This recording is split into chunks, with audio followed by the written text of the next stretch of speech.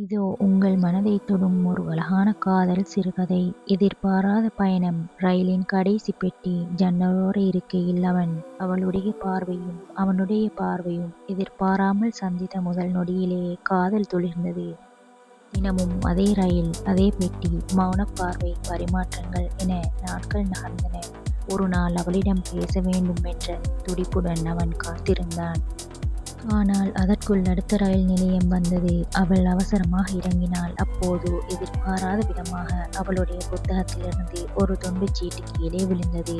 அதை அவன் எடுத்துப் பார்த்தபோது அதில், தினமும் என்னை ரசிக்கும் உன் மௌனம் எனக்கு பிடிக்கும்.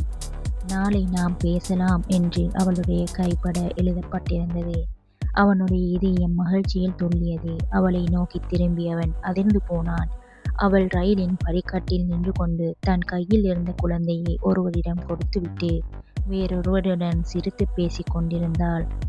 அவள் ஏற்கனவே திருமணமாகி குழந்தைக்கு தாயாக இருந்தாள். அந்த கணம் வரை அவள் தனக்காகத்தான் காத்திருக்கிறாள் என்று எண்ணி அவனுடைய கற்பனை சுக்குநூறாக உடைந்தது.